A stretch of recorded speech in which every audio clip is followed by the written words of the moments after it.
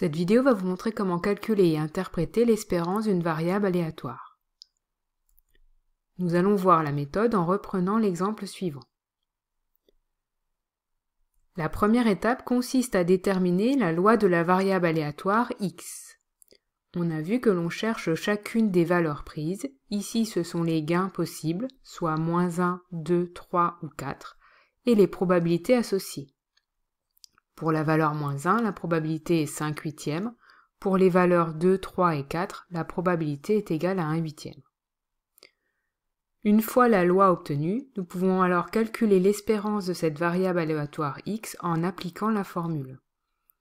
Cette formule est e de x est égal à x1 fois p de x égale à x1 plus x2 fois p de x égale à x2, etc. jusqu'à xn fois p de x égale à xn. Elle est aussi souvent écrite de façon abrégée sous la forme x1p1 plus x2p2 plus, etc. xnpn. On multiplie donc chacune des valeurs prises par la probabilité correspondante et on additionne tous ces produits.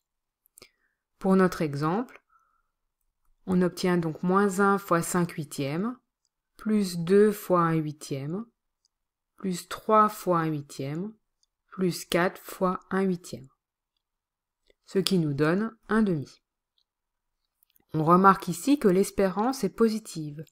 Cela signifie que le jeu est favorable au joueur. Si l'espérance est négative, on dit alors que le jeu est défavorable au joueur, et lorsque l'espérance est nulle, on dit que le jeu est équitable.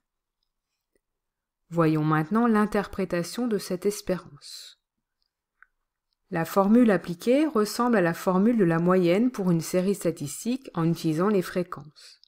L'espérance est en effet une valeur moyenne lorsqu'on réalise un très grand nombre d'expériences. On adaptera toujours l'interprétation au contexte. Ici, si le joueur réalise un très grand nombre de tirages ou de parties, il pourra espérer gagner en moyenne 0,50 €.